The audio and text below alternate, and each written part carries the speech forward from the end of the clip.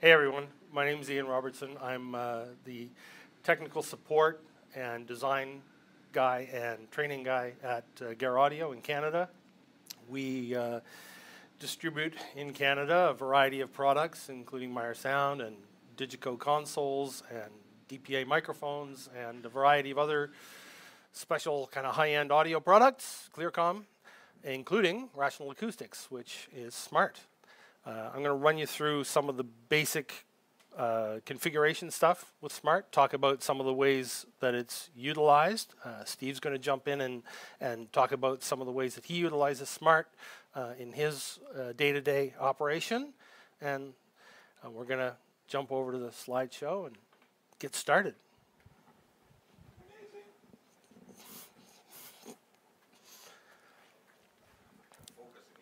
How to focus again. All right. You guys can hear clear, right? We're good? Okay. All right, let's go. And my screen's on? Yep. Cool. So Smart is, in essence, a series of different analyzers. It's a suite of analyzers. There's a few different aspects to it, and depending on the question that you're asking and what you're trying to achieve, it determines what portion of the program you should be using for a particular thing. Rational Acoustics is developed and supported, or Smart is developed and supported by Rational Acoustics. They're in Putnam, Connecticut. They just celebrated last year their 10th anniversary of owning and developing and supporting Smart and its extended community, its extended family. We distribute Smart in Canada here at GerrAudio. So the two places you can go, if you're global, go to support@rational.com. There's also an online forum at Rational, and during these COVID times, they have put together a really great series of video tutorials on the various aspects of the program as well, which are also available on the Rational Acoustics website and linked and on their YouTube channel. And if you're in Canada, you can get a hold of us at any time and we can help you out with anything that you need help with, including licensing issues or anything like that. So basically we start off with the concept that sound is a waveform. It's a waveform that's captured by a microphone, and we're digitizing it and bringing it into the computer, but it's basically a complex waveform. And our friend Jean-Baptiste Joseph Fourier developed the equation that we all know now as the Fourier Analysis that takes the data from the time domain and moves it to the frequency domain. So what we're doing is we're analyzing a very complex waveform and we're pulling out all the individual sine waves that make up that waveform, and we're letting you know exactly what those frequencies are and how loud they all are relative to each other. So the Fourier transform moves it from the time domain over to the frequency domain, and because it's just a straightforward equation, it's just math, if we do the inverse of that equation, it's called an inverse Fourier transform, and we can move the data from the frequency domain back to the time domain. So we can look at it either way. It's the same data, we're just looking at it in two different formats.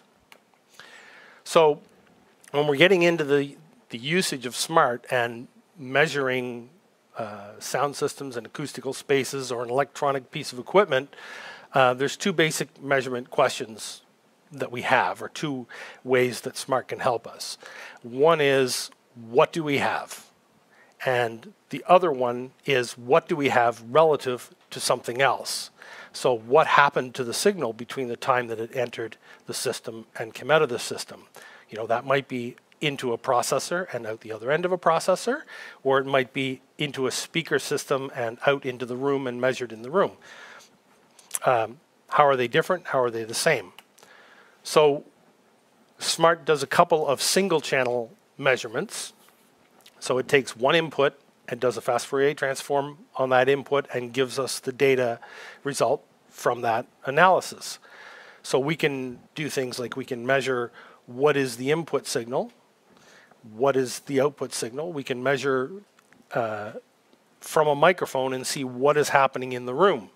which is an absolute measurement. That microphone is in the room, and it's measuring all the acoustic energy in the room. It's measuring the energy from the PA. It's measuring the energy from the Marshall stack. It's measuring the energy from the audience, or the guy whistling behind you. It sees all of that energy, and it's just giving us an indication of what that energy is in the room. It is the measurement that best correlates with our hearing mechanism, because we're always hearing everything in the room. And the way Smaart displays this information is visually in the same way that we perceive it. It displays it in a logarithmic fashion. So these are used for analyzing a signal and measuring something directly.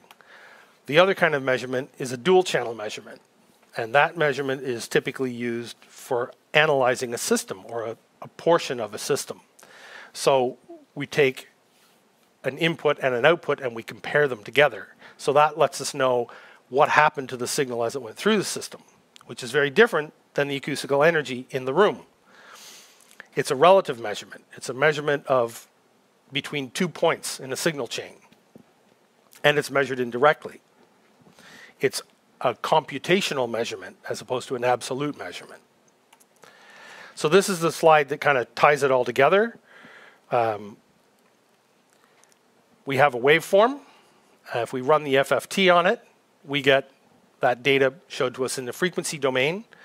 If we take the frequency domain and we take two of these and we subtract one from the other, we get the frequency response, or the difference between the two frequency domain measurements. We also get the timing information, or the phase information. And if we take this measurement, and as I said, we can go back the other way to the time domain using an inverse Fourier transform. So if we run the IFT on this information, we get back to the time domain, and this would be the impulse response measurement. It shows when the energy is coming back from our system, and it can show us things like speakers that are out of time, or echoes, or changes in the time domain over frequency. We may see some high frequency arrive earlier and some low frequency arrive later, and things like that. So when you first fire up Smaart, when you first start the program, what Smaart does is it asks your operating system what type of audio devices or what type of audio sources there are. So on a PC, that can be an ASIO driver or a wave driver, preferably ASIO. And on a Mac, that's typically a core audio driver. So basically where we're going with this is you need to have whatever device you're going to be using with Smaart, whatever your I/O device is going to be. In my case here, I have a Roland Octacapture hooked up to my computer today. That has to be connected, powered up, and your operating system has to see it before you start Smaart, or you will have to restart Smaart. You'll have to go and hook up your I/O device and restart Smaart again. Same thing goes if you happen to be running Dante Virtual Sound Card. If you're bringing your data sources in over Dante, you have to have Virtual Sound Card up and running before you start Smaart. So when you jump into Smaart, there's a audio I/O configuration. In this area here, that's where you pick the device that you want to use for Smaart. This device list will be populated. If they're available, it'll say OK. If they're not available, because it will remember older devices that you're not using currently, it'll say NC, or not connected. So you can hit the checkbox and select the device, and then you can also select what inputs you want to use from that device. If it's a device that has more than 8 inputs, Smaart will only select the first 8. The other part of this dialog that's rather important is this area here that's friendly name. So these channel names come to you from the operating system. So they're kind of hard-coded, and that's what the operating system is handing over to you for handing over to Smaart. These are the names that you are allowed to put in. You can put in a friendly name, and one of the things that you have to be careful of is whenever you put a name in any one of these spreadsheet-like fields, you have to hit the Enter key. If you hit Tab or you click out of the field, it'll go back to the previous name. So that'll be a getcha over and over again. I still do it to this day. But enter the name and hit Enter, and it will stick. There are now meters for all the inputs, so you can see if you have a little bit of traffic or some noise coming in your microphone inputs. And it will also automatically create spectrum or single channel measurements from all of those inputs for you automatically, and they will be named according to the friendly name. So that's one of the reasons the friendly names are important. The next tab over is the measurement configurator, and I'm not going to dive into this too much because we'll just actually go to Smaart a little bit later and configure some measurements. But this is where you configure new spectrum measurements or new transfer function measurements or spectrum or transfer function averages. All the input devices, like I said, will create a spectrum measurement automatically. So the other thing that you can do in Smaart is you can create a live average. So this is an average measurement that takes its data from several running measurements. So in this case, we have spectrum average 1, which is an average of the first 4 spectrum measurements, and we can have a whole bunch of these, and they can be averages of any combination of the individual engines that are running in the program. The other type of measurement engine is a transfer function. It's a 2-channel measurement. So typically that is a reference signal, so the noise looped back from your device, or it can be music. It's a source-independent kind of measurement system, so whatever you're sending out to the PA is what you can use. And you can take a measurement signal, and we're making a comparison between the reference signal that we're sending to the system and the measurement that we're getting back from the system. And you can make several of those, and typically what we do is we use the same reference signal for all of them, but different microphones or different inputs. And similarly, you can make a live transfer function average measurement. So you can take a bunch of transfer functions, place microphones in various positions, and do a live average frequency response based on all those contributing measurements. This is basically the GUI in a nutshell. The main window is the graph area where all the data gets displayed. These are the controls for the measurement that is running at the time. The measurement on the surface will be highlighted here and here. This will be input 2, and the blue is on top. You can have various layers of measurements on the Z-axis or Z-axis if you're in the States. The signal generator controls and the input.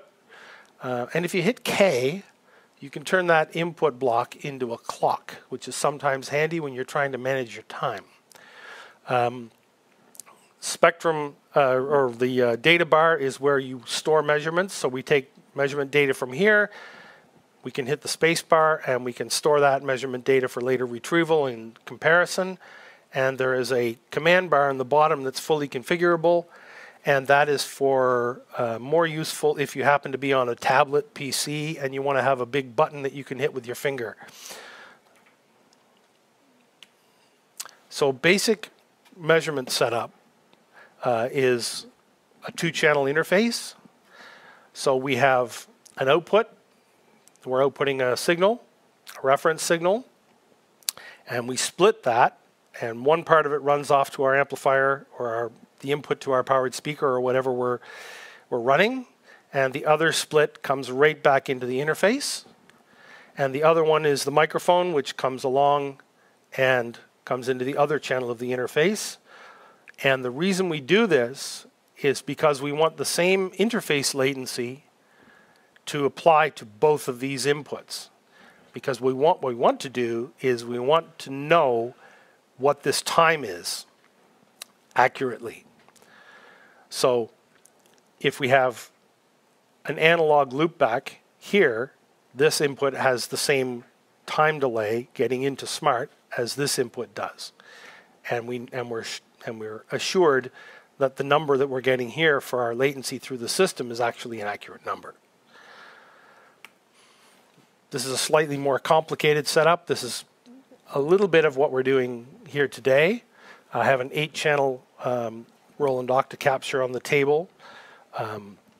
So I have my reference coming out, and I'm looping that back into input 8. And I have a couple of microphones, mic 1 and 2 are coming into input 1 and 2. And I haven't done the other parts of this, but as you can see in this diagram, you can send your reference signal to a mixer, and you can take another measurement point from the console output, and you can take a measurement point from your processor or your EQ or your DSP output. And this allows you to look at exactly what the console is doing. Is the console in polarity? Does the console have any EQ or any limiting compression going on? And you can also see what's going on in your DSP. And one of the things you can do in Smaart is you can actually invert the trace. So you can look at the EQ, but look at it upside down, which is kind of a cool thing to do, because then you can lay that inverted EQ over your frequency response and make a correction. It's called blind EQ. So, anything on the forum? Anybody coming back with some questions at this point? Any questions, guys? Before we jump into the program? Going once. Going twice. Going twice.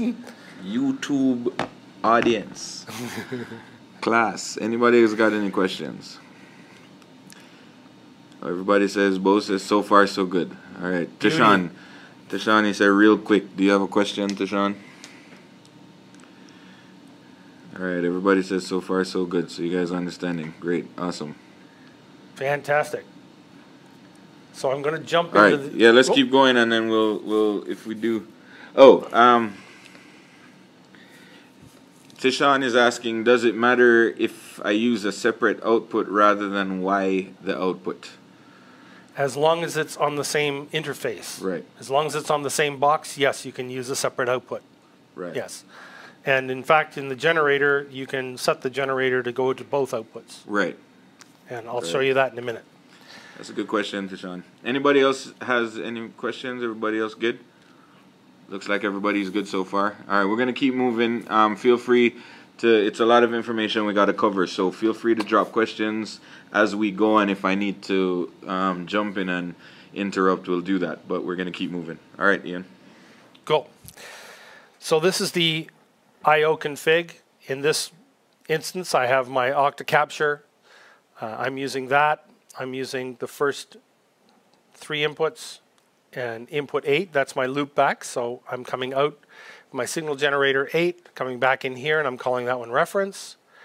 And I've got, actually I'm not using that input, so I'm going to turn it off. Input 1 and input 2. My friendly name on this one is Mic 1, which is a 4007. So that's a nice DPA 4007. It's about a $3,000 microphone. On Mic 2, I'm using an iSemcon microphone, which is about a $600 microphone. And we're going to get into the differences between the really expensive and the not so expensive microphones as we go through this. So in my measurement configuration, there is already a, if I'm on the right page,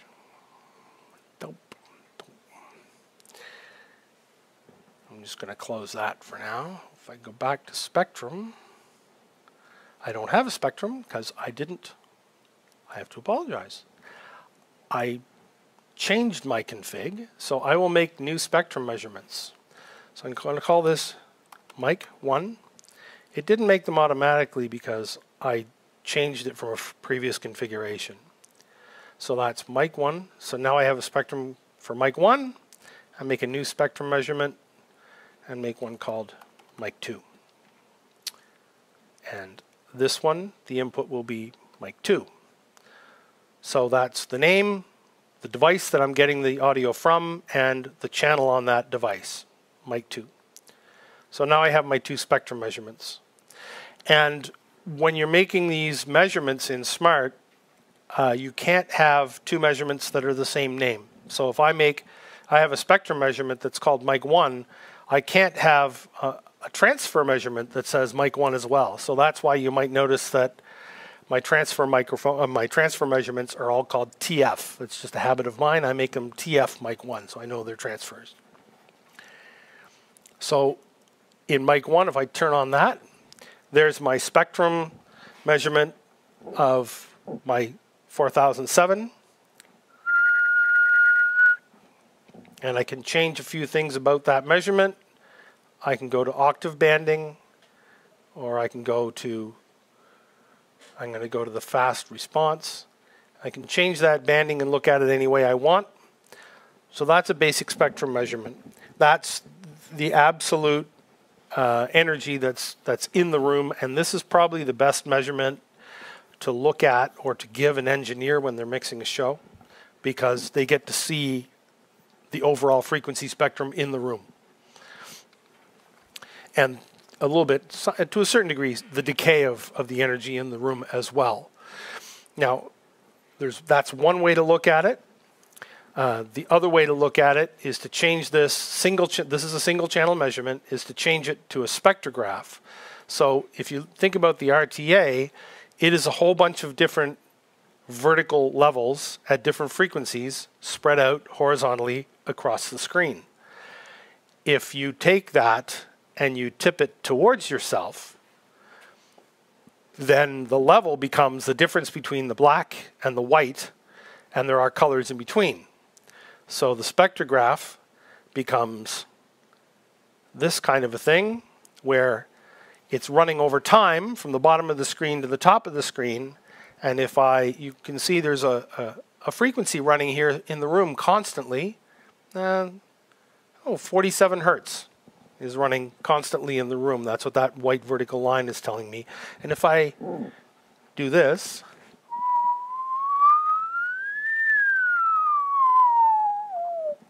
right, we can see that's the frequency over time, and we get to see a nice kind of piano roll of what's going on.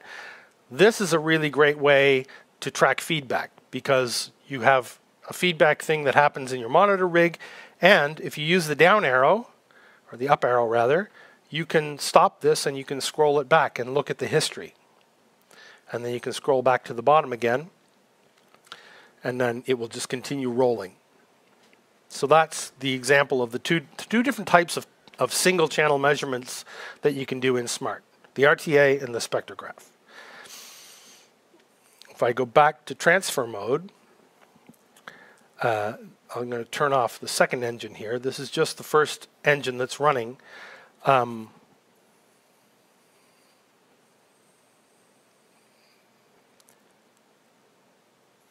There. That was residual data from before. So now I have a transfer function running, but the thing you'll notice is there's no data. On the RTA and the spectrograph, it continuously runs no matter what's going on. The transfer function will only run if you're supplying it with enough level, and it will stop running if you clip either one of the inputs. So that's kind of a safety valve. If either one of the channels on the transfer function isn't getting any data, because right now I have no noise on, it's not going to produce any measurement. And if you clip either input, it will also stop running as well. I'm just going to turn on some noise. Hopefully it's not too loud in my mic.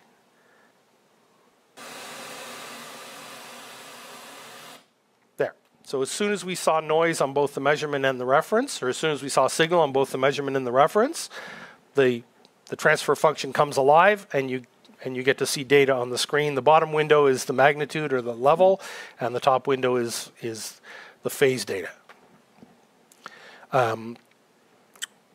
When you're using more than one microphone, and you're going to be moving them around a venue, it's a good idea to set your microphones so that they have the same level at the same point in space. So then when you start moving microphones around, you still have a relationship between those microphones. So if I have a microphone that's 10 feet from the PA and another one that's 20 feet from the PA, I would expect the one that's 20 feet away to have a level that's approximately 6 dB lower than the one that's closer. If I don't see that, then that's a bit of a red flag. You know, something's going on. So whenever I'm out using a transfer function in the field, I'm always looking at and assessing the relationship between different things. I'm looking at the relationship between the main speaker and a lip fill speaker, or the main speaker and the subwoofer, or the main speaker and the delay, or the outfill, or whatever. I'm always looking at the relationships between all the elements in the PA. So it's important to be relative in level. So the way you do that is you just put the two microphones in exactly the same spot in front of a speaker, and if I turn the noise, both of these back on, turn the noise on, which is G on the keyboard, by the way, as a shortcut key. There. I have my 4007 microphone, and I've got my iSemcon microphone, and as you can see, they're both pretty much identical in level. So if I need to make a little bit of adjustment here, maybe my blue trace is a little bit lower, I can open up the meters, which is Shift-E, or you can go to the menu if you want, but I use Shift-E, and that opens up my input meters. And I can increase that one. Maybe we'll take it to 28. And we'll try again and see if that's closer.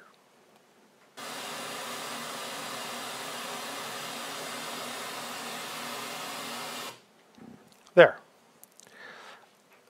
Whoops, I just moved that one. That was not anticipated.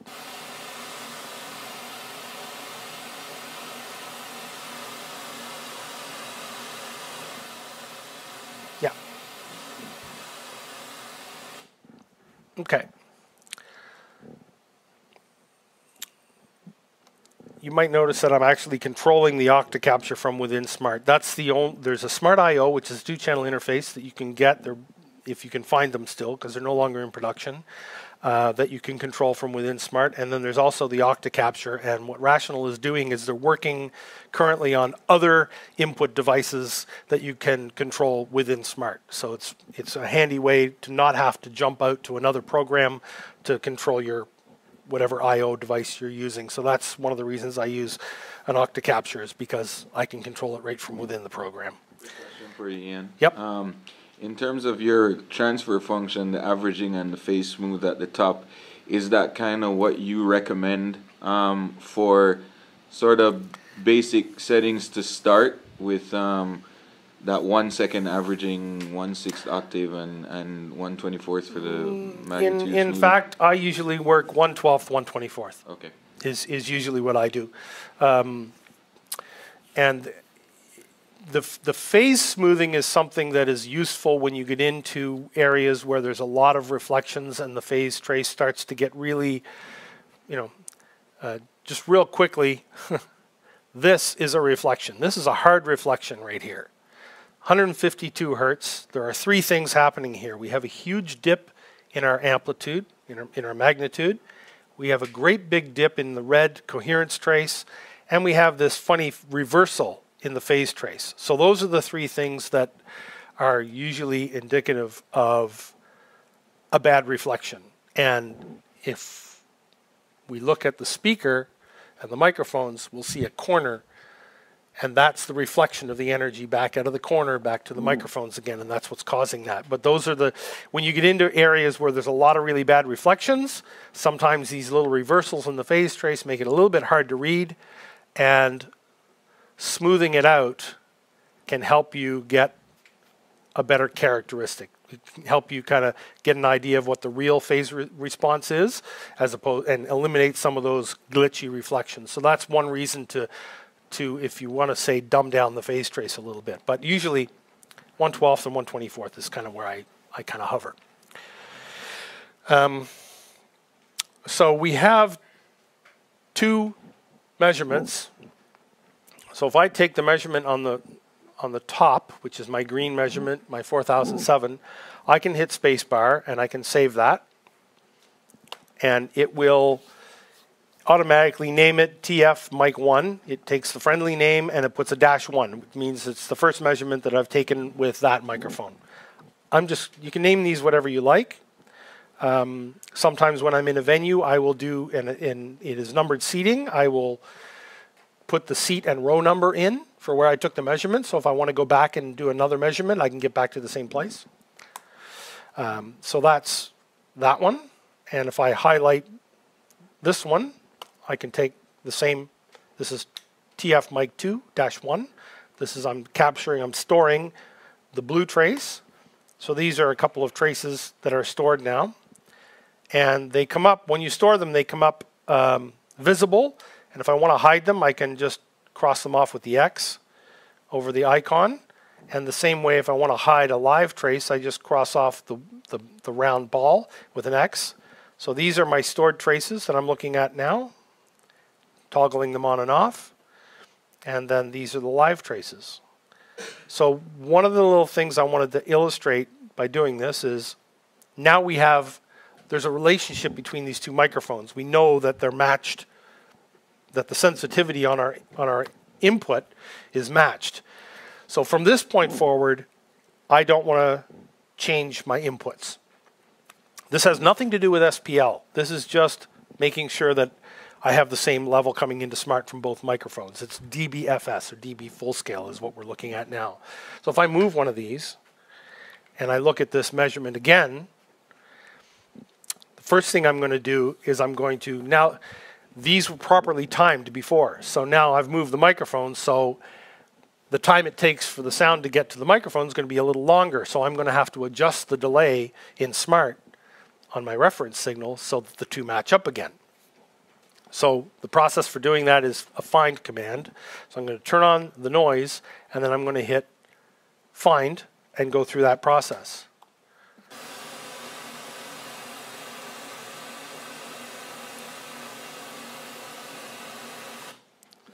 So just quickly, the indicator that tells me that I'm not in time correctly is my phase trace. It has a whole bunch of wraps in it. My coherence trace is starting to fall up in the high frequency range. So that's my red flag that I forgot to time my measurement correctly. So I'm going to time it by hitting the find command.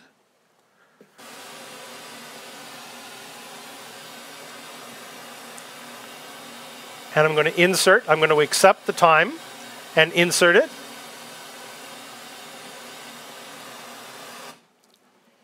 So I found the time, I accepted it, and my first microphone is at what? 6.62 milliseconds. So we're 6.2 milliseconds to the original position. And now that I've moved the other microphone back, we're 8.06 milliseconds to the second position. And you'll notice the level has dropped a little bit.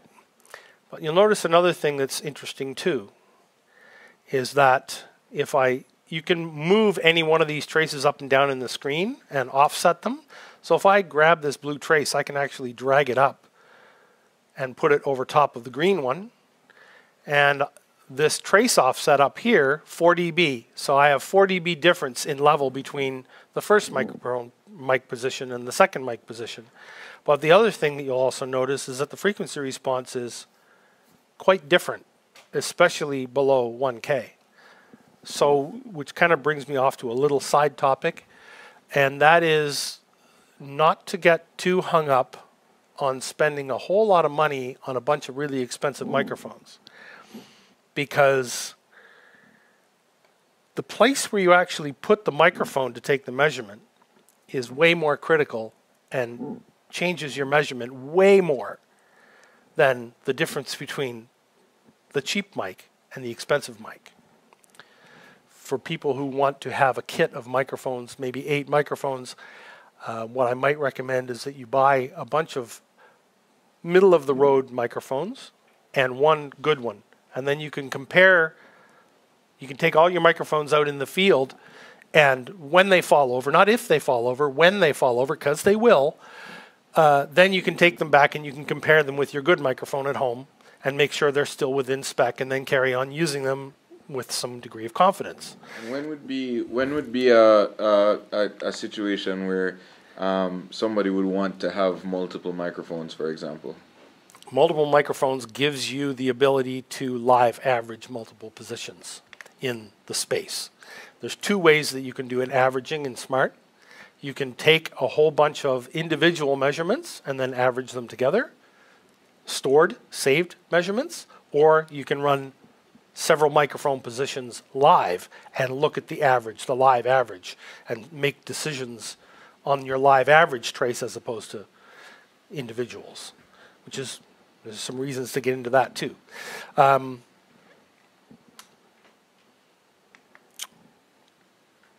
Any thoughts or questions at this point? Any questions, guys?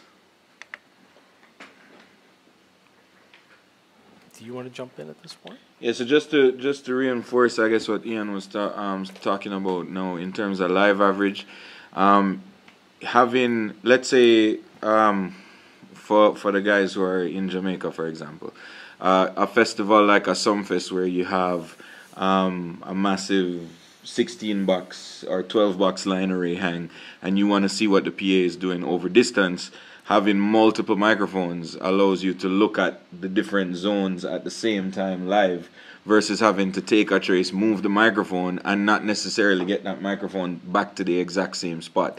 Because, as Ian mentioned, the position of the microphone is what's going to affect that reading more than anything else. So if you were to, let's say, your bottom zone closest to the stage, you take a reading, and then you want to see what the PA is doing in your top zone, which is your furthest distance, instead of having to move that microphone and run a cable out, having multiple microphones allows you to look at those in tandem live. So just to kind of reinforce that, if you guys are still wondering a little bit. But if we have no more questions, we're going to keep moving. Cool. I think we're good.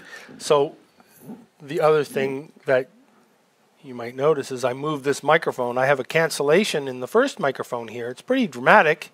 It's at 152. I'll just go back to this one again. My cursor is right on it. It's 152 hertz. If I look at the cancellation on the second microphone, it's up at 169 hertz. And I've only moved the microphone 1 foot.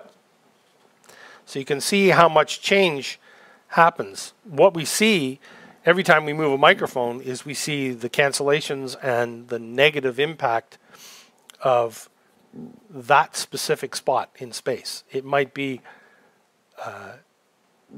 the audio arriving from more than one loudspeaker, or it might be the reflected audio from a wall or a floor or a ceiling or something like that. But every time we go to a different spot, those nodes in the room are going to be different. What will be the same is the direct energy from the speaker. So by averaging out, we call it spatial averaging. So by averaging out the measurement over a larger area of space, the direct energy from the PA tends to take precedence, and all those funky little bad spots, those anomalies, because when we're EQing a PA, we're not going to EQ it for this seat here, and to the detriment of a different seat over here. We want to EQ the commonality. And because of the way comb filtering works, the common areas are going to be about 3 times bigger than the oddball areas, or the cancellations. The cancellations are very narrow. Spatially, they're very narrow. And the common areas are larger. So we want to EQ to the larger, more common areas. We tend to practice audio communism. We want the same bad show for everybody, or the same good show, pardon me, for everybody, right? So that's why we do the spatial averaging. And if you have one microphone and you want to average, I'm just going to save this blue trace here just for the fun of it quickly, so I have it. Oh, there. So we've saved our second blue trace. So I'm just going to look at these 2 blue traces. I'm going to turn off the visual on those 2. Turn off the first microphone. So the only 2 that we're looking at are the 2 blue traces, the 2 mic 2 traces that I have saved. So we can see the difference between the 2, and if I want to make an average of that, then I can come up here and I can go average, and I can pick those 2 microphones and not that one, and now it's called average 1, and we'll just go. I tend to like, this is just me, I tend to make all my averages orange because I like them to stand out. So there, I'll turn off the other 2. that is the average of those two measurement positions. One is about 3 feet from the speaker, the other one is about 4.5 feet from the speaker. So that's the average of those two microphones. The other way to do this is to go into Configure and Measurement Configure. Come on. And I can make a new transfer function average. And I can say I want to use microphone 1 and microphone 2, and I'm going to call this one live average. And I'm going to go OK. And I'll leave that one that color. The other thing you can do is you can move all of these things up and down in the list with this up and down. If you select it in the list, you can move it up. So I tend to move my averages to the top. And you'll see it up here at the top because it just makes it easy to find them. And I can turn that on and turn off all my hidden ones. Turn the noise back on.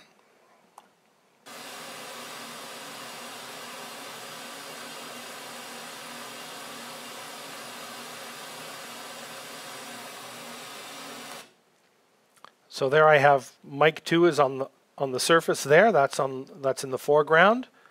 Mic 1, and then that's my average, my red. So there's two ways to average. This is a live average that's taking the information from both of these live running measurements and averaging it live on the screen, or I could take a couple of measurements, store them, and then average the stored measurements, and they give me the same result. Right. Live average is easier because I can see the changes. As I'm EQing a system, I can see what those changes are. But if you don't have multiple microphones, you can do this with a single microphone.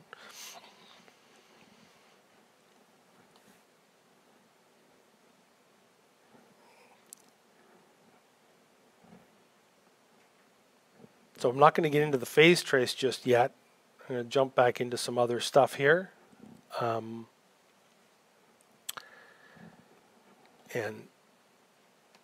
just talk briefly about system engineering, alignment goals.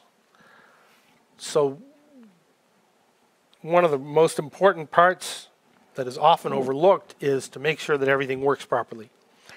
Because nothing wastes more time than tuning a system that's broken, where half the drivers in this array aren't working, or something's out of polarity with something else, or something is, or even the patch, even if you think you have a processor channel that's running to a fill speaker and you're trying to EQ that fill speaker, and you're actually EQing a speaker that's not even in the same ballpark because somebody patched wrong. So running through the system and making sure that everything is wired the way you think it's supposed to be wired, making sure all the speakers are actually working properly, and making sure that they're all in polarity with each other. And there's many, many times where I've run into systems, gone into theaters to do tunings, and the first day of the tuning process is all about fixing the things that are wrong with the PA. It happens way more than you think. So to make sure that everything's working right, and on a touring rig, that job falls to the shop. Making sure that it's all right when it comes back before it goes on the shelf, or making sure that it's all right before it goes back out the door again. Especially if anybody has had their hands in a rack. You never know what someone has done. The next part of the alignment goal is to get consistent coverage. From an equalization point of view, if we think about the equalizer, often we think about it's a graphic EQ in a rack, or it's a parametric EQ, or it's a knob on the console. But I tend to back it up a little more than that. The equalizer is engineering a system that covers the listening area as equally as possible. So we want to have equal level, and we want to have equal frequency response. Even level and frequency response. We're back to audio communism again. So we want to have those pieces of the puzzle already dealt with before we start EQing. We want to make sure that we have adequate level. If we're going to have an outfill, or we're going to have a delay stack, or we're going to have lip fills, we need to make sure that these speakers have enough power to keep up with the main rig, or else somebody is going to have a show where the sound is distorted, or things get nonlinear and things change, and all of a sudden we have an area of the audience that isn't experiencing what the mixing engineer is intending them to experience. Alignment and voicing, a lot of that comes to what the purpose of the system is. A system for speech intelligibility is aligned and voiced a little bit differently than a PA system for a concert would be. But I'm not going to dive too deep into that. Only to say that you really don't need anything below 100 hertz or above 8K on a voice system. And the region between 500 and 4K is critical. That should be flat. For a voice intelligibility system. Listening is the goal. Smaart can become a video game very, very easily. You can get all wrapped up and dive deep into all the traces and look at all the squiggly lines and the pretty colors and forget to walk away from the computer and walk out and play something that you're used to and make an assessment orally. Listen to the PA. And when you're listening to a system, for a given purpose, you should be approaching, you don't have to tune loud. You can tune very, very quietly with a transfer function. But when you're listening or kind of assessing the tonal balance of the system, or you should be doing it at least within about 10 dB of the expected usage of the system. So don't be scared to turn it up when you get the music going. But listening is really important, especially when you dial in the main PA, because any of the subordinate systems need to match the main PA. But the main goal is to get the main PA right and then get into dialing in all the other little pieces. I've done the lip fills during the opening act sometimes because you have no time. That's the way it works sometimes. So what adjustments, what decisions do we need to make, and what adjustments do we need to make, and how and why do we make them? Audio is a series of compromises, and good audio is the right compromise. Bad audio is the bad compromise. There's always compromises involved. So what we're doing as system engineers is we're managing the interactions between multiple loudspeakers and reflections off the floor, wall, ceiling, etc. So a reflection off the wall is really not that different than having a virtual speaker on the other side of the wall. You can think of it the same way. You got a speaker 5 feet off the wall, well, you may as well have a speaker 10 feet away, 5 feet on the other side of the wall, and erase the wall. So the big question is, if you have two sine waves, and we're just talking a specific frequency in the frequency band. So just for sake of argument, 1K. Okay. So this is 1K. We have two speakers that are outputting 1K, and what is going to happen? Are they going to come together and increase in level? Are they going to come together in the space and provide the same level, or are they going to cancel each other out and provide nearly no level? Well, the relative phase between those two signals is what determines the outcome of this. So if the two signals are completely in phase, and there's no difference in the phase, we get 6 dB of addition. We get speaker 1 plus speaker 2 gives us plus 6 dB, and the world's wonderful. If they're 90 degrees out, we get 3 dB. If they're 120 degrees out of phase from one another, we get no addition. And if they're 180 degrees, we get complete cancellation. It's never perfectly complete cancellation because there's always some acoustic reflections, but it gets pretty deep. About 30 dB down acoustically is about as far as you can get. And if we go all the way around to 240 degrees, then we're back into the no addition part. So when we're looking at the phase relationship between two loudspeakers, that is represented in the phase trace, which is the trace above the magnitude trace in Smaart. and the phase trace has a shape to it.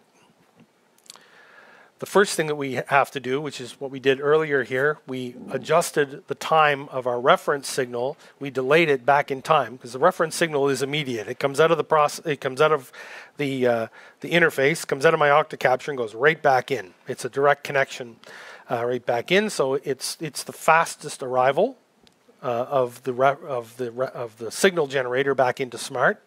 And the other signal goes off into some system somewhere. It might go through a console that has some latency. It might go through a processor that has some latency. It goes through a speaker, which in these days many speakers have some DSP built in, so they may have a little bit of latency. And then, of course, there's the time it takes for the sound to get from the speaker through the air to the microphone. So there's all kinds of things in that signal chain that contribute to time.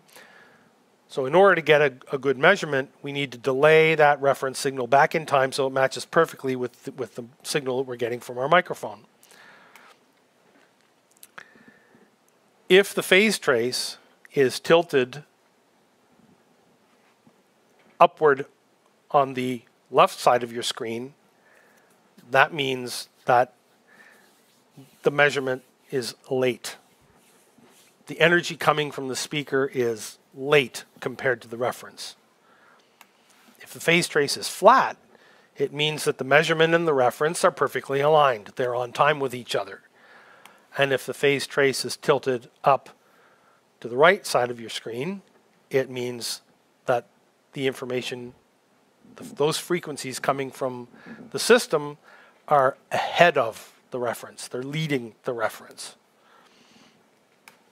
So we end up with, this is a bandpass. This is like the mid-band of a crossover. So basically what we have here is we have a high-pass filter here and a bandpass and a low-pass filter here. So we're only getting a certain amount of the spectrum. And that's the energy that we're getting through the crossover. And this is the phase response of the crossover. So when we look at a loudspeaker and we see that loudspeaker has when we say that a loudspeaker has stuff that's arriving over a wide area of time, the reason is crossovers. That's what's doing it. Crossovers and acoustics, but mainly crossovers. So this stuff coming in here, this is late. The energy coming in here is on time. And when I say on time, I'm talking about this 4.2 milliseconds difference between my reference and my measurement. And all the energy coming here is ahead of time. So what Smaart does is when you use the find command, is it looks for the higher frequency element, the higher frequency energy coming from the loudspeaker. So it's actually timing itself. It's finding the higher frequency and it's setting the time to the higher frequency part. So this right here, all this energy here, everything from 1K to 2K is showing up at 4.2 milliseconds. Everything below that is late. Everything above that is early. So that's how we tell time with phase.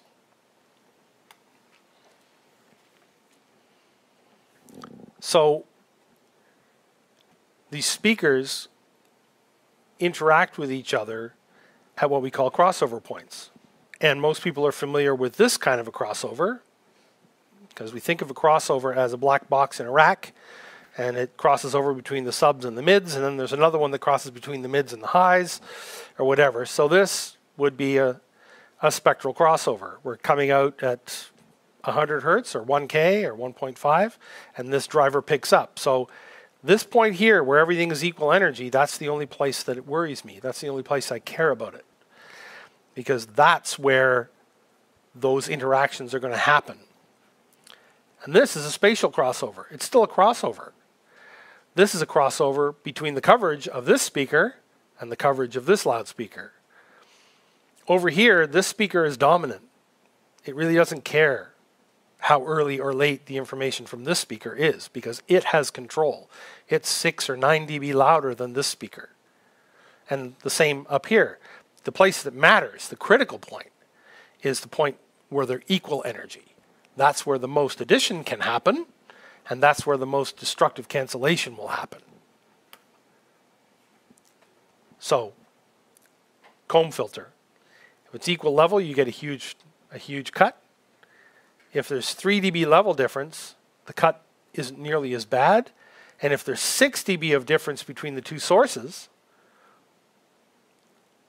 the ripple or the cancellations in the system get greatly minimized. So that's our critical point. There, where these two speakers are overlapping, and here, where those two speakers are overlapping.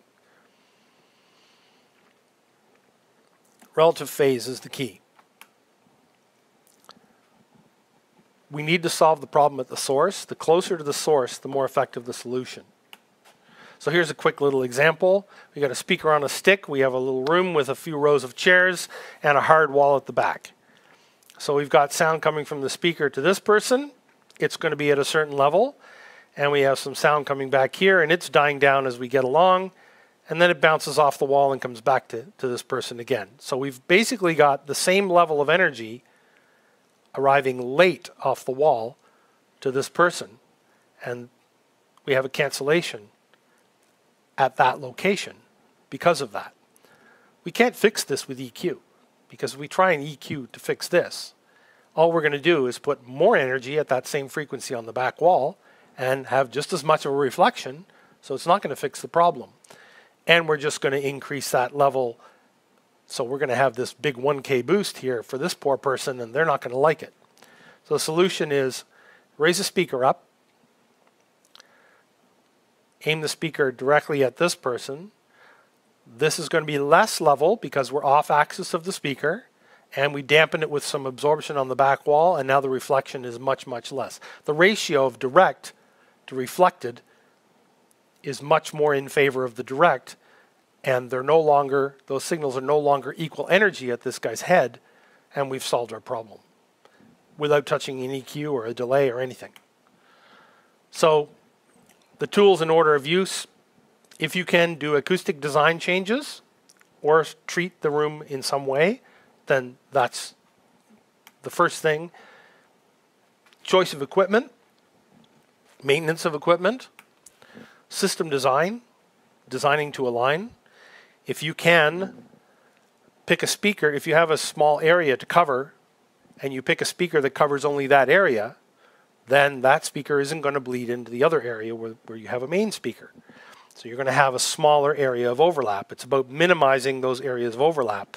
You want a nice even handoff from the main speaker to the outfill speaker, so that there is going to be a bad zone. There's always a bad zone, but that zone should be as small as we can possibly make it. So you pick the right speaker to do the job, and there's all kinds of great prediction softwares available from all the different manufacturers that you can utilize to do that. Finally, we set the delay and the relative level between things, and the last thing we do is EQ.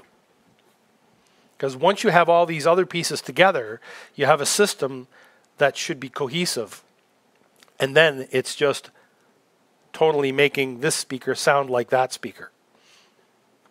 I want to point out to the guys in the class, if you notice the continuation of how just the train of thought, because that's the same thing that we've been teaching you guys as it relates to mixing, how you would approach it too, in terms of picking the right microphones and making sure an instrument is tuned and mic position is correct before you even get to EQ. If you're trying to fix stuff with EQ and processing, you get yourself into a trap where you'll never be able to fix it.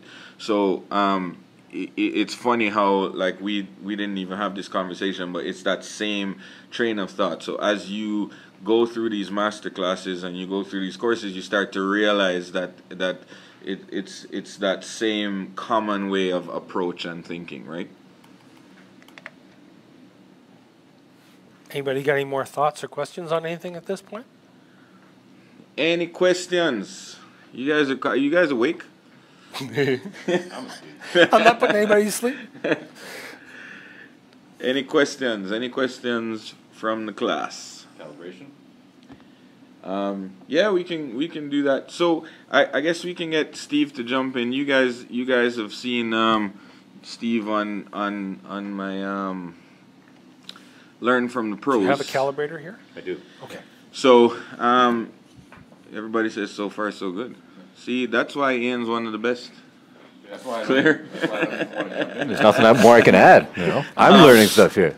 But yeah, the cool thing is, as Bo is mentioning, this will obviously be saved, so you can watch this over and over again. But the reason why I asked Steve to come too is because, like I mentioned to you guys in the master classes, when I'm mixing, I separate my approach to a good mix into two parts, which the first part is the mix itself, right? So if you know that your mix is solid, and this is going to be the same theme through every masterclass for those people who are new as you go back and watch this. If you know your mix is good, then the PA is treated as a separate entity, right?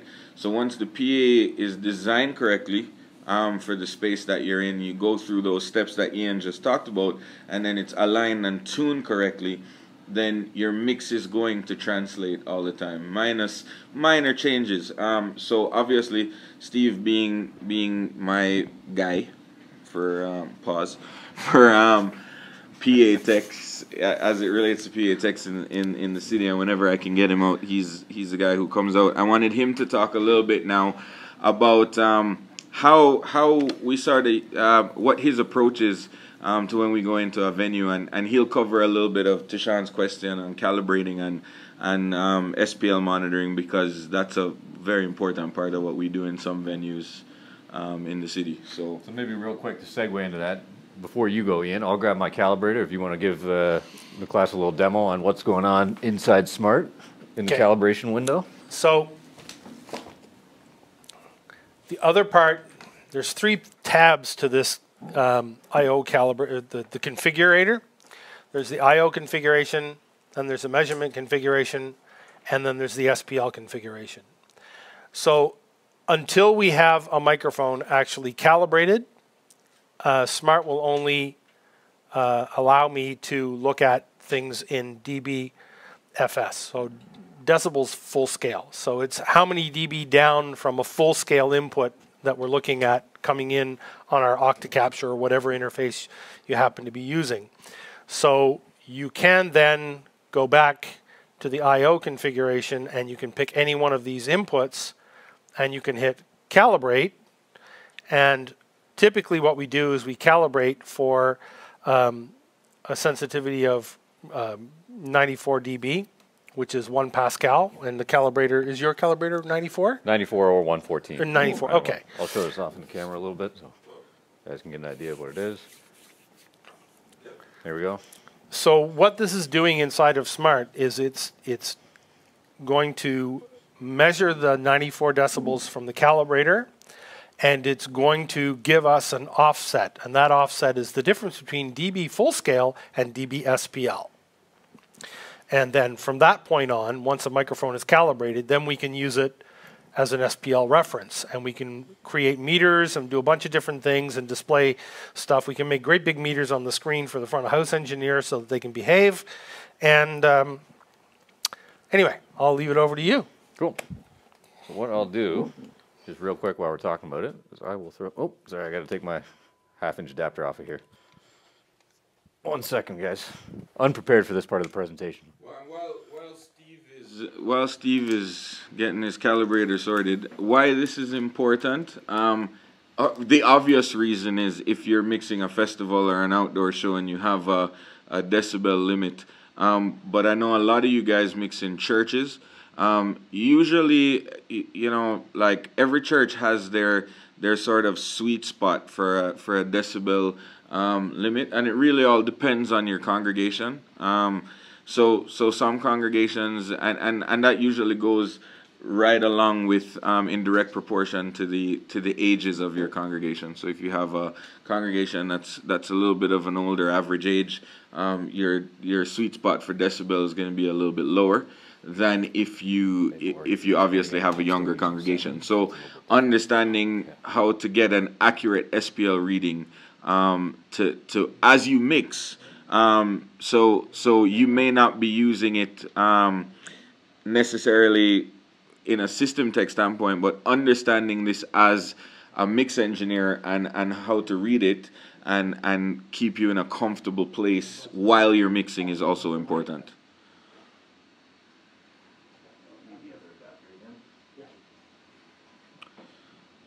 All right, so as he calibrates the second mic, I'll keep quiet so he can actually talk you through what he's doing. So we got the calibrator on the other microphone. So we pick the microphone in the list, make sure it's highlighted. We hit the calibrate button. It shows us level, and we can also control the preamp here if we want to. And we hit calibrate, and it reads the 94 decibels from the calibrator. If you have a calibrator that doesn't do 94, you can put this value other than 90. You can change it. Steve's calibrator does 94 or 114, so the offset required is 119.8, so we're going to accept that and then say OK. So now both of these microphones are calibrated. They have a calibration offset. And what I like to do is I like to go back to Spectrum. And there's a little note here that is kind of important. If I pick that microphone, not this one.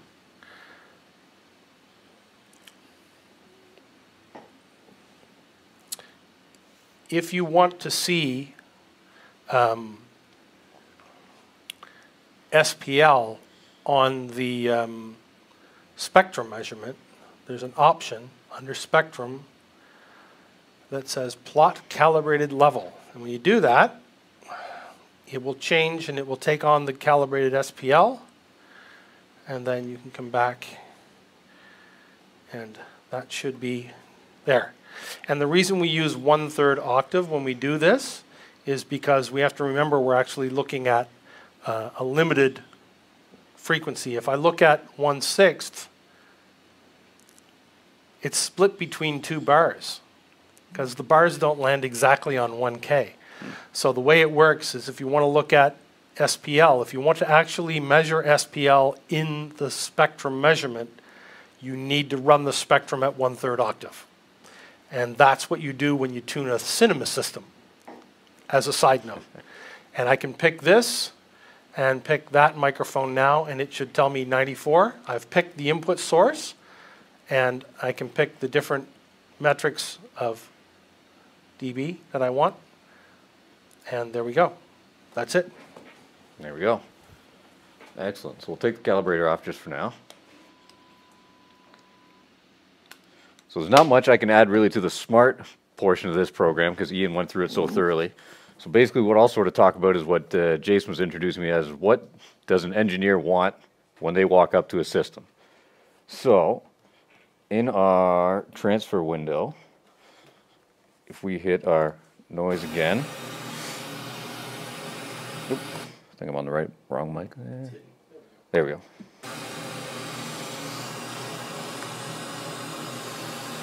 Sorry? Ah. Ian's the real pro.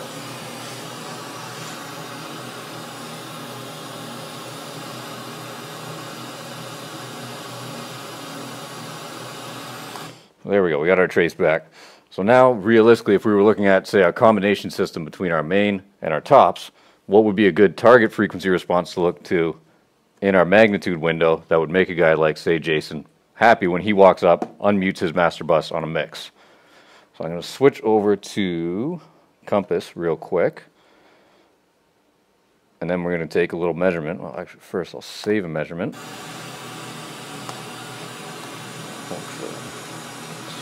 40. And then we'll take a little measurement with some subs, and then we'll combine the two of them and see if we can get a nice system response. So now we should get some sub. There we go, we got some sub. Now those of you paying attention are probably wondering, is our sub in time alignment? Well, we do actually have a little bit of that was from Ian and I messing around earlier. So I'll take that off, and we will go back to our Smart system here. So now you can see right at our crossover where our two systems are. I'm using Ian's rig and it's messing me up a little bit here. Sorry, guys.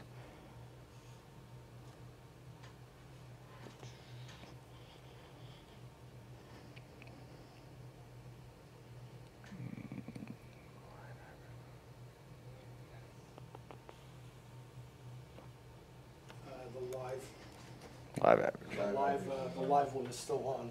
Ah, I should have gotten rid of all the other stuff for you before you jumped up here. Sorry. that's all right. Get rid of that one. Yep. Hide that. And that's the live one there. Mm. Hide all. Gonna just jump back. You wanna talk and I'll drive. Sure, sure. That might Why be not? better. You There we go. ahead and- My mic's off. Perfect. So essentially what I was in the process of doing was getting a measurement of just our sub. We already took a measurement on the Ultra X41 of just our top, and we're going to compare those two, see where our crossover in the air is, line them up, and then balance the levels between them. So what we had was a slight phase differential at our crossover region, right around there. About, what, 60 degrees or so? Somewhere around there. So just knowing our rough math, you know, take 60 degrees of a cycle at 100 hertz. That's probably going to be somewhere in the neighborhood of somewhere between 2 to 3 milliseconds. And actually, if you want to show that little trick where you flatten out the phase on just the subs. Sure. We'll just wait for the microphone to wake back up. And so we can look at the phase response. I'm just going to go back to the top again, just real quick. Jump back over to the top.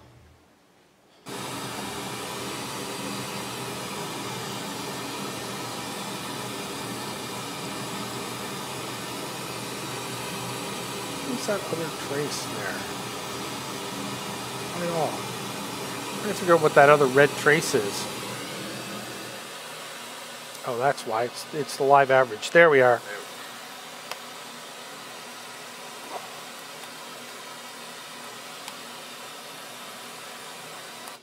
There. So that is the top. This is just the way I work. I labeled it the top for the sub. I'm taking a measurement of the top for the purpose of comparing it to the sub. That's just the way I work. You can label things however you like. So if we look at it this way, we have a phase response of the speaker. It's relatively flat, and then everything starts to get late down in the low end, which is normal. So if we change this over to the sub, and we look at what's going on, and we unmute the sub and make some noise. And we don't change the time when we're doing this. And Very important. And we don't. You can't do the find the time for the subwoofer when you're doing this, because what it does is it finds the arrival of the upper frequency of the subwoofer, and you're comparing it to the upper frequency of the Ultra, which is around, what it's finding is around 8 or 9K. So the time that it finds is 8K on the high end and 100 hertz on the sub. And we don't care about how 100 hertz and 8K plays together. We care about how 100 hertz and 100 hertz plays together. So we have the red one is the frequency response of our top, and the bottom, and the green one is the frequency response of the bottom. So the two of them are hitting equal energy here at about 95 hertz. And our phase response, we can drag this around, we can move it around, we can scroll the phase response up and down, so if we can move it away from the 0 point if we want to have a better look. So that's about where we're looking at. So we have an arrival here from our top, which is at 95 hertz. Our top speaker is arriving in phase around this point, and our subwoofer is arriving in phase around this point. So that's a little hard to see, but we can still time align it here. And I think, what did we have? 2 point... I think we had it right at 3. Right at 3 where it ended milliseconds? up looking real good. So we'll put 3 milliseconds in, because that's where we got before.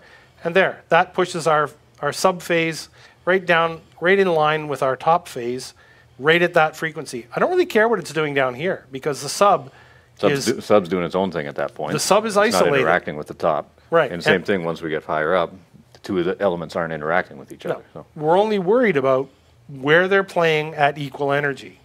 So that's one way of doing the alignment. But sometimes, because everything is angled, it's a little difficult to see precisely where to do this. So the other way to do it is you can change the time. The time reference in Smaart is only picking a frequency where the phase trace goes flat, where it's in time. So if we go back to the top and we look at what's going on, or actually we can just look at it.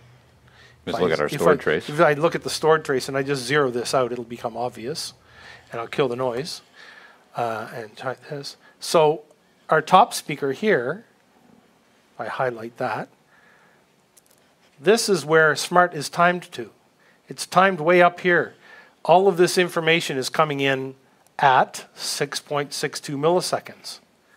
And as we get down here, everything starts to get later.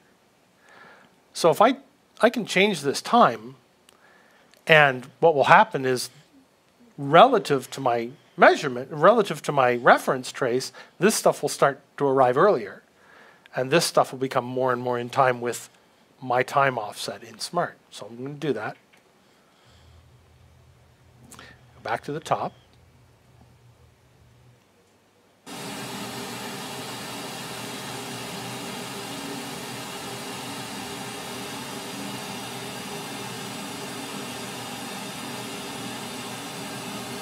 You can see as I increase the time in the time offset between my reference and my measurement, the phase trace starts to change. Now everything, I'd say we're timed around, at this point we're timed around 125. And everything right around here is where we're timed, 300 hertz. Everything above 300 hertz is actually arriving early. So we're starting to push the phase trace so that it's aligned with the frequency area that we're concerned about. So I think I ended up with 15, something like that. It goes around there, 14, 15. 15 milliseconds in Smaart. So, and we turn this back on.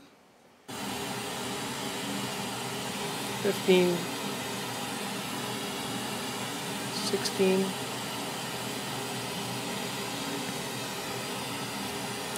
Roughly.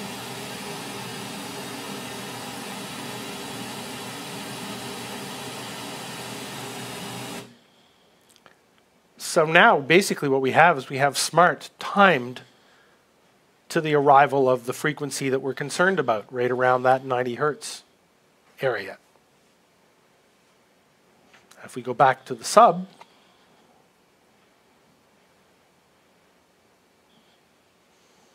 and we'll just take the delay out just for fun, so we can see it. No. Come on. Come out. There we go. And we'll turn that on again. You can see our sub's arriving up here. So now with no delay applied to the sub, that helps you guys when you're measuring, instead of trying to look at two lines that are on a steep angle and make sure that they're lining up, you're looking at two flat lines throughout the crossover range. It just makes things easier to read a little bit. Put the 3 back in. I should have saved the high speaker. I'm sorry. I missed a step there, but there, we're right around the 115 degree point at the same frequency. I'll save that one. That's the sub, and we'll jump back to the high just to verify that it's right.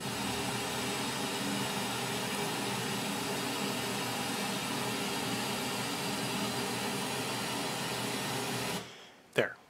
So at that region where they're equal energy, our phase traces in the same, they're both leveled out, and it's a little easier to see when you have it perfectly aligned. You do it this way. It's just another way of looking at it.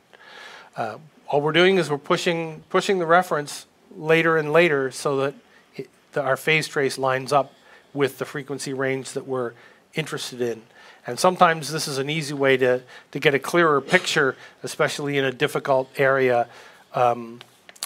The other thing that I've run into outdoors that is worth mentioning is wind noise in the microphone. It makes it almost impossible to do a subwoofer alignment. And there's absolutely nothing wrong with sticking a great big windsock on your microphone and doing your sub alignment. You can even do a sub alignment with a 58 with a windsock on it. I don't care what's happening at 16K in a subwoofer. All I want to do is get a clean trace in the low frequency. So I can take a 58 and a big windsock and I can stick it on the ground. And I can do my sub alignment that way. And the wind noise doesn't bother me. But wind noise, especially in one of these little measurement microphones, if you don't have a windsock, the wind noise can easily overpower the direct sound from the PA. And why is that important for me, the mix engineer, that alignment takes place at that particular frequency? Well, it doesn't necessarily have to be this particular frequency. That's just where our two elements in this situation are lining up. But wherever they overlap, and it may be a particular frequency, it may be a whole range. If they're not lined up throughout that overlap, then you as the mix engineer, you're going to feel something lacking in that area. You're going to feel like, you know, I don't have enough warmth, enough bottom end, however it gets described. But you're going to turn to one of us as a system guy and say, hey, where's my upper bass? Where's my, the low end on my toms? All that kind of stuff that lives around that region. You're going to feel like you have to push it up more, and now your mix to you doesn't feel right. So that's why we want to make sure that that region is really dialed in, so that you're not, having to either push things or compensate too much one way or another. Anything to add on that? Headroom in the system. That as well. A system that is properly aligned has more headroom. There's more room to go. Mm-hmm. So if you do want to, this comes across to a slightly different topic of steep crossovers. Have a really steep crossover between two things. You're using all the energy from one speaker up to a certain point. Then you're saying, I'm going to give up, and I want the other speaker to do it all. But if you have a system that has a good overlap between, say, 60 and 125 hertz, then you're getting 6 dB more energy out of your system, and it's not costing you anything. Spreads the workload over that whole octave between your subs and your tops. And then you can, if you don't like that hump, you can EQ it out, but the headroom is still there. So if you want to get a really good whack and a snare, you're not going to run out of headroom in your system. It's there when you need it. Doesn't necessarily need to be there for as far as the frequency response goes, but anytime you have a cancellation in a system or you make a hard transition between one part of the system and the other, you're robbing yourself of available energy.